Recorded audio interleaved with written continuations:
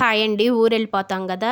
ఇల్లంతా క్లీన్ చేసుకుంటున్నాను. ఇవాళ ఫ్రిడ్జ్ క్లీన్ చేద్దామని స్టార్ట్ చేశానండి. ఒకసారి మీకు కూడా చూపిద్దాం అనుకున్నాను. ఊరు వెళ్ళి వచ్చేటప్పటికి 1 మంత్ పట్టిద్ది కదండీ! వచ్చిన తర్వాత ఎలాగో క్లీన్ చేసుకోలేము. ముందే క్లీన్ చేసుకొని వెళ్ళిపోయామంటే తర్వాత ఈజీగా ఉంటుంది. పైపైన దులిపేసుకుంటే సరిపోతుంది. నేనెప్పుడూ అలాగే చేస్తానండి. ఇవాళ ఫ్రిడ్జ్ క్లీనింగ్ ప్రాసెస్ పెట్టుకున్నాను కదా! రేపు బాల్కనీస్, బాత్రూమ్స్ చేసేస్తానండి. అయిపోతుంది. నేను నెయిల్ పాలిష్లు కూడా ఫ్రిడ్జ్‌లోనే పెడతాను. వాటర్లో కొంచెం సాల్టును అంట్లు తోముకునే లిక్విడ్ ఉంటుంది కదా, అది కూడా వేసి ఫ్రిడ్జ్ అంతా క్లీన్ చేసుకుంటాను. ఇది క్లీనింగ్ అయిపోయిన తర్వాత డోర్ తీసేసే ఉంచాలండి. తర్వాత ఫ్రిడ్జ్లో పార్ట్స్ క్లీన్ చేసుకుంటాను. అప్పుడు స్మెల్ అంతా పోతుంది. ఒక చీపురు పుల్ల తీసుకొని ఫ్రిడ్జ్లో హోల్ లాగా ఉంటుంది. దాంట్లో కనుక రబ్ చేస్తే దాంట్లో ఉన్న డస్ట్ అంతా కిందకి దిగిపోతుంది. ఇప్పుడు తీసుకునే కొత్త ఫ్రిడ్జ్లకు ఉంటుందో లేదో నాకు తెలియదు, కానీ పాత ఫ్రిడ్జ్లకి అయితే ఉంటుందండి. ఇలా క్లీన్ చేసుకోవటం వల్ల దీంట్లో డస్ట్ అంతా పోతుందండి. చిన్న గ్లాస్ వాటర్ తీసుకొని దాంట్లో పోయండి. కిందకి వెళ్ళిపోయినాయి అంటే క్లీన్ అయినట్టు, స్టక్ అయిపోయినాయి అంటే అలాగే ఉన్నట్టు. అట్లా చెక్ చేసుకోవటమేనండి. ఈ వాటర్ అంతా ఈ బ్యాక్ సైడ్ కలెక్ట్ అవుతాయి. ఇది కూడా తీసుకొని క్లీన్ చేసుకోవాలి.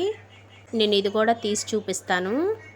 ఇది చాలా జాగ్రత్తగా తీసుకోవాలండి. కింద వైర్లు ఉంటాయి, అవి ఏమి కదపకుండా జాగ్రత్తగా తీసుకోవాలి. చూసారా, ఆ మడ్డి వాటర్ అంతా ఇక్కడ కలెక్ట్ అయినాయి.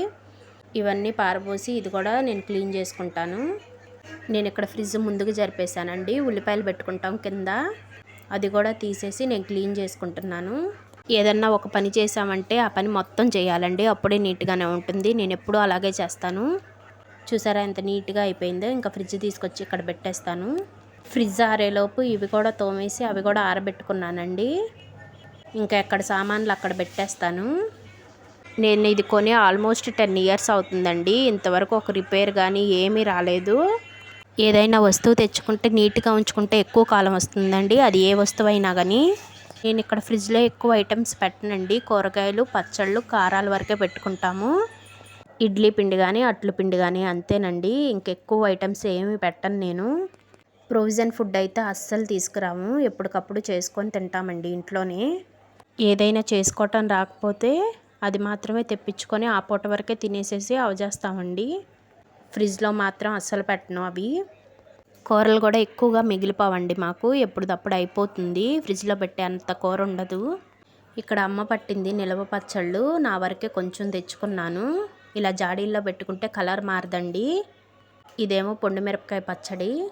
మా ఇంట్లో పచ్చళ్ళు ఎక్కువగా ఎవరు తినరండి, నేను తప్ప. నా వరకే తెచ్చుకున్నాను, అది కూడా ఫ్రిడ్జ్లో పెట్టేస్తున్నాను. జాడీ ఉంటే జాడీలో పెట్టుకోండి, లేదు గాజు ఐటెం లాంటిది ఉంటే దాంట్లో పెట్టుకోవచ్చు. ఇదేమో టమాటా పచ్చడి, నిల్వ పచ్చడి అండి, అమ్మ పట్టింది. ఇది కూడా కొంచెమే తెచ్చుకున్నాను నా వరకు. కొంచెం తాలింపు పెట్టుకొని మిగిలింది ఫ్రిడ్జ్లో పెట్టేసుకుంటున్నాను. చూసారా, అన్నీ సదిరేసాను. ఇంకా అలమరలు ఖాళీగానే ఉన్నాయి నాకు. దాంట్లో పప్పులు పెట్టాలి. ఊరెళ్ళిపోతున్నాం కదా, అవి కూడా అయిపోయినాయి. అవి కూడా తీసి తోమేశాను. అంతేనండి video. Bye. Please like, share, subscribe to my channel.